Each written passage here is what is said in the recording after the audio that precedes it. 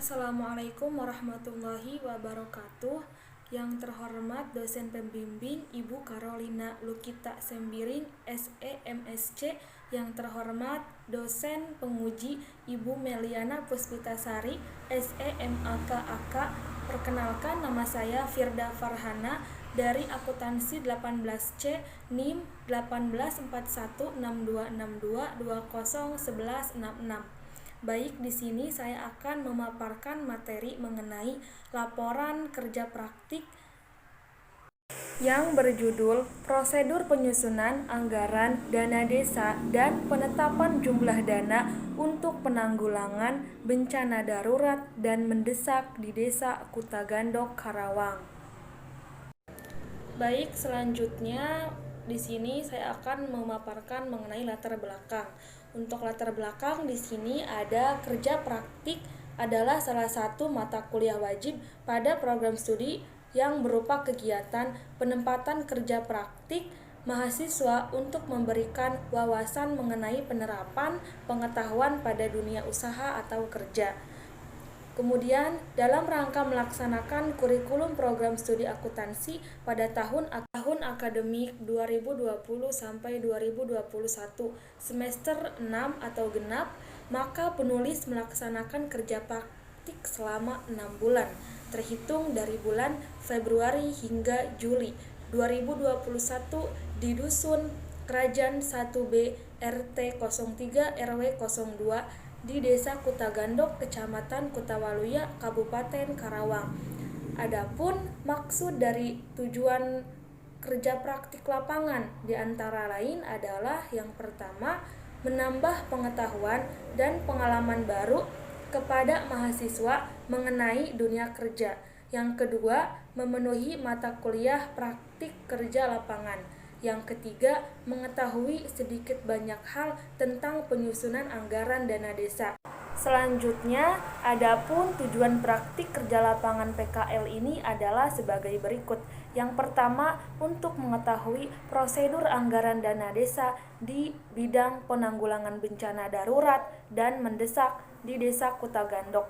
Yang kedua, untuk mengetahui penetapan jumlah dana anggaran desa untuk bidang penanggulangan bencana darurat dan mendesak di Desa Kutagandok.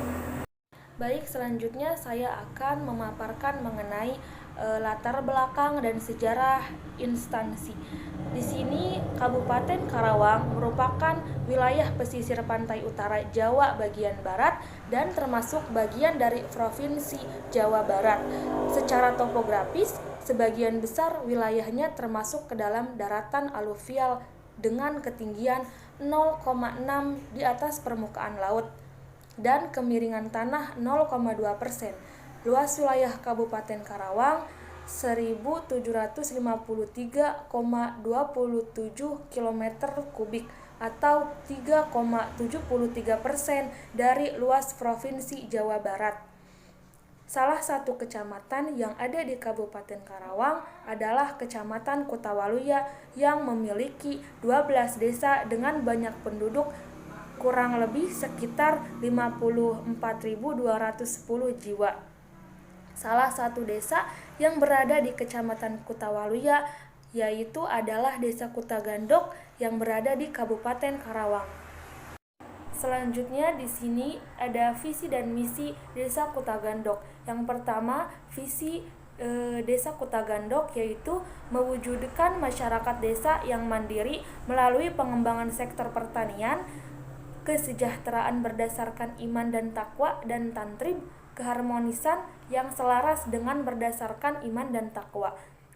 Kemudian visi Desa Kutagandok antara lain salah satunya mengembangkan perekonomian dan kesejahteraan, meningkatkan pelayanan pemerintahan desa, meningkatkan kualitas kesehatan masyarakat, meningkatkan pendidikan masyarakat, meningkatkan program KB dan kependudukan, meningkatkan pembangunan infrastruktur desa. Baik, selanjutnya di sini saya akan memaparkan mengenai tinjauan pustaka. Di sini ada pengertian penyusunan. Menurut Kamus Besar Bahasa Indonesia, mengemukakan pengertian tentang penyusunan adalah Kata penyusunan berasal dari kata dasar susun yang artinya kelompok atau kumpulan yang tidak beberapa banyak. Sedangkan pengertian dari penyusunan adalah merupakan suatu kegiatan atau memproses suatu data atau kumpulan data yang dilakukan oleh suatu organisasi atau perorangan dengan baik dan teratur. Kemudian pengertian anggaran menurut Mulyadi, pengertian anggaran yaitu bahwa anggaran merupakan suatu rencana kerja yang dinyatakan secara kuantitatif yang diukur dengan suatu moneter standar dan satuan ukuran lain yang mencangkup jangka waktu 1 tahun. Anggaran pendapatan dan belanja desa merupakan rencana keuangan tahunan. Pemerintahan desa diperlukan peraturan bupati atau wali kota untuk mengatur mengenai pengelolaan keuangan desa. Kemudian fungsi anggaran dibagi menjadi 2. Yang pertama fungsi pelaksanaan dan yang kedua fungsi perencanaan. Untuk fungsi pelaksanaan, anggaran menjadi salah satu pedoman dalam melaksanakan suatu proyek atau pekerjaan, sehingga pekerjaan tersebut dapat terlaksana dengan baik dan sesuai dengan tujuan yang diinginkan oleh perusahaan atau organisasi.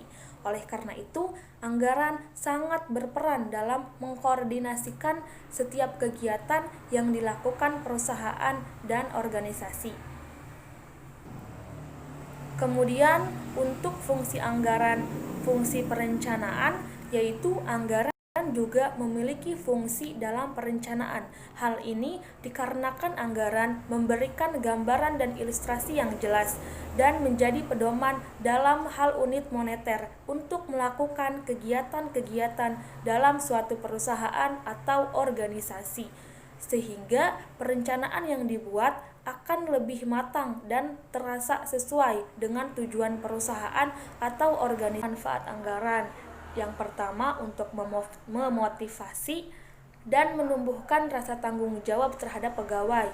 Yang kedua, kegiatan yang dilakukan perusahaan menjadi lebih terarah sesuai dengan tujuan perusahaan. Yang ketiga, memanfaatkan peralatan semaksimal mungkin dan menghindari pemborosan dan pembayaran sesuatu yang kurang perlu. Yang keempat, mengetahui kelemahan pada perusahaan atau organisasi. Yang kelima, memiliki sebuah perencanaan yang terpadu. Yang keenam, sebagai pedoman dalam setiap kegiatan perusahaan atau organisasi. Yang keenam, sebagai alat untuk evaluasi kegiatan perusahaan atau organisasi. Baik, kemudian di sini ada pengertian dana desa. Pengertian dana desa menurut Hanif Nurkholis, alokasi dana desa atau ADD adalah dana yang bersumber dari anggaran pendapatan dan belanja daerah atau APBD kabupaten yang dialokasikan dengan tujuan pemerataan kemampuan keuangan antara desa untuk mendanai kebutuhan desa dalam rangka penyelenggaraan pemerintahan dan pelaksanaan pembangunan serta pelayanan masyarakat. Kemudian di sini ada belanja tak terduga. Belanja tak terduga sebagaimana yang dimaksud dalam pasal 19 huruf D merupakan belanja untuk kegiatan pada subbidang penanggulangan bencana, keadaan darurat, dan keadaan mendesak yang menggelar lokal desa. Belanja untuk kegiatan pada subbidang ini penanggulangan bencana, keadaan darurat, dan mendesak sebagaimana dimaksud pada ayat 1 paling sedikit memenuhi kriterianya, yaitu yang pertama, bukan merupakan kegiatan normal dari aktivitas pemerintah desa dan tidak dapat diprediksi sebelumnya. Yang kedua, tidak diharapkan terjadi terulang dan berada di luar kendali pemerintah desa. Untuk kegiatan pada subbidang penanggulangan bencana sebagaimana pada ayat 1 merupakan upaya tanggap darurat akibat terjadinya bencana alam dan bencana sosial. Kegiatan merupakan suatu subbidang keadaan darurat sebagaimana dimaksud pada ayat 1, merupakan upaya penanggulangan keadaan darurat karena adanya kerusakan atau terancamnya penyelesaian pembangunan sarana dan prasarana akibat kenaikan harga dan menyebabkan terganggunya pelayanan. Baik, untuk slide selanjutnya di sini ada bidang kerja. Dalam pelaksanaan selama kerja praktik di lapangan, penulis ditempatkan pada bidang kasih pelayanan masyarakat. Dalam bidang tersebut mempunyai tugas pokok yaitu melayani kebutuhan masyarakat berkenaan dengan hak-hak dasar dan pemberian. Di sini wujudnya seperti dapat berupa jasa dan layanan. Contohnya seperti melayani masyarakat dalam pembuatan kartu keluarga, akta kelahiran, surat keterangan desa atau SKD, dan lain sebagainya. Kemudian untuk penyusunan rancangan anggaran dana desa, yang pertama di sini disusun dan diajukan oleh kepala desa atau PBD. Yang kedua, sebaiknya dikonsultasikan kepada elemen masyarakat, misalnya melalui dialog, rapat dengar pendapat. Dan yang ketiga, hasil konsultasi digunakan untuk menyempurnakan materi anggaran dana desa. Yang keempat, anggaran desa yang telah disempurnakan diajukan dalam rapat pembahasan dan penetapan anggaran dana desa.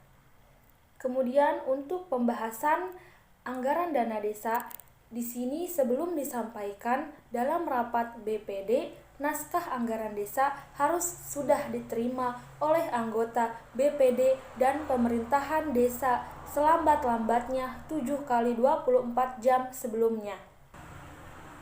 Anggaran dana desa, usulan kepala desa disampaikan kepada pimpinan dengan surat pengantar dari kepala desa. Anggaran desa, usulan anggota BPD disampaikan secara tertulis atau berupa surat pengantar dari pengusul kepada pimpinan BPD. Kemudian, anggaran desa yang telah disampaikan kepada pimpinan BPD selanjutnya didisposisikan kepada sekretaris BPD untuk diberi nomor. Kemudian, anggaran desa yang telah mendapatkan nomor diumumkan dalam rapat paripurna bahwa anggaran desa telah diperbanyak dan dibagikan kepada semua anggota BPD atau komisi.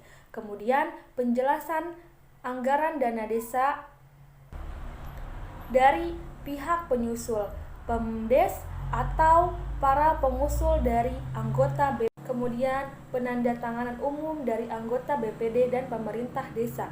Kemudian pembahasan dalam komisi bersama pemerintah desa dan pengusul. Kemudian mendapat komisi sebagai tahapan menuju pengambilan keputusan.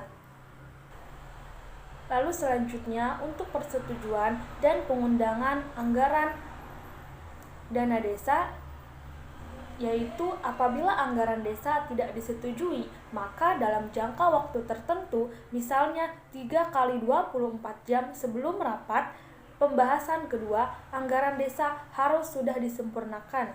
Selanjutnya, apabila anggaran desa yang disempurnakan tersebut belum disetujui, maka diupayakan melalui pendekatan beberapa pihak yang belum menyetujui.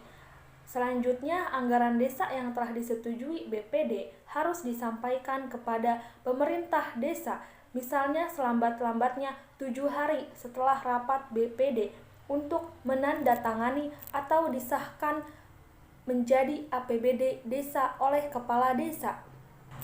Selanjutnya, apabila anggaran desa diajukan kepada kepala desa atau sebagian anggota BPD tidak mendapatkan persetujuan BPD, maka pemerintah desa dapat menggunakan anggaran desa tahun lalu. Selanjutnya, untuk peraturan pelaksanaan anggaran desa, yaitu kepala desa dapat menetapkan kebijakan pelaksanaan anggaran desa yang dituangkan dalam keputusan kepala desa. Selanjutnya, keputusan kepala desa tersebut harus disampaikan BPD dengan tembusan bupati dan camat selambat-lambatnya 15 hari setelah ditetapkan untuk keperluan pengawasan. Selanjutnya, untuk tugas-tugas yang dilakukan oleh penulis yaitu melakukan penggandaan dokumen, menggunakan mesin fotokopi, melakukan pelayanan terhadap masyarakat dalam membuat surat, kemudian merekap data penduduk desa Kutagandok, dan merekap data balita yang telah melakukan posyandu. Selanjutnya, untuk kendala yang dihadapi oleh penulis selama melaksanakan kerja praktik di desa Kutagandok, permasalahannya yang dihadapi. Kemudian, kendala yang dihadapi atau permasalahan yang dihadapi oleh perusahaan atau instansi tersebut ialah fasilitas kantor yang kurang memadai.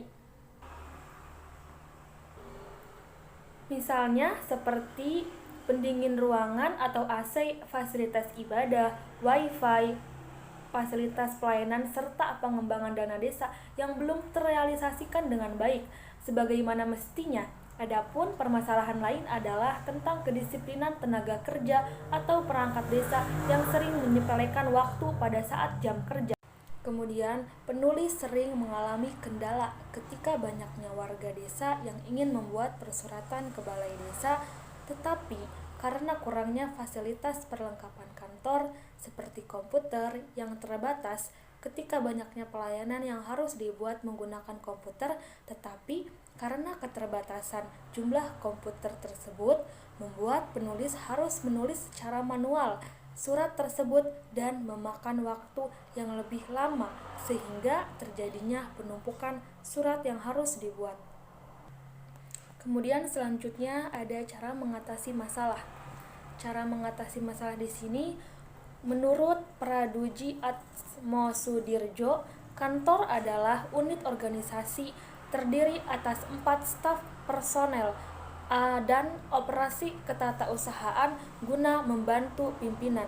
Sedangkan menurut Kamus Besar Bahasa Indonesia, kantor adalah balai, gedung, rumah, ruangan, tempat mengurus suatu pekerjaan atau juga disebut tempat kerja. Kurangnya fasilitas perlengkapan kantor seperti komputer yang terbatas ketika banyaknya pelayanan yang harus dibuat menggunakan komputer, tetapi karena keterbatasan jumlah komputer tersebut, membuat penulis harus menulis secara manual.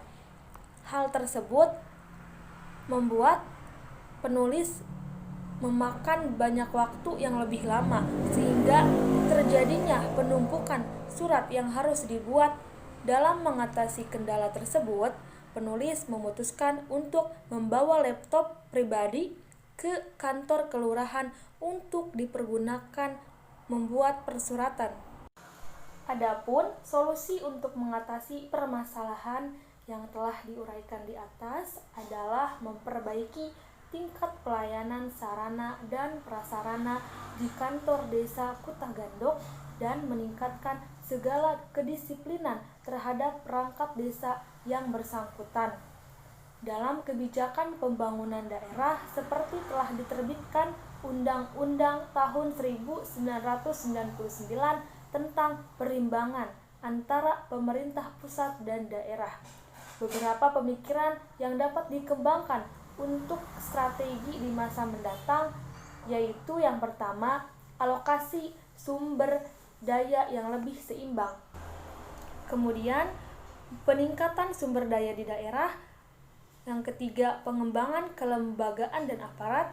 Yang terakhir, pelayanan masyarakat yang efisien. Baik, slide selanjutnya adalah kesimpulan dan saran. Kesimpulan di sini merujuk pada kegiatan yang telah penulis lakukan selama melaksanakan kerja praktik di kantor kelurahan Desa Kutagandok. Maka penulis menyimpulkan beberapa hal berikut.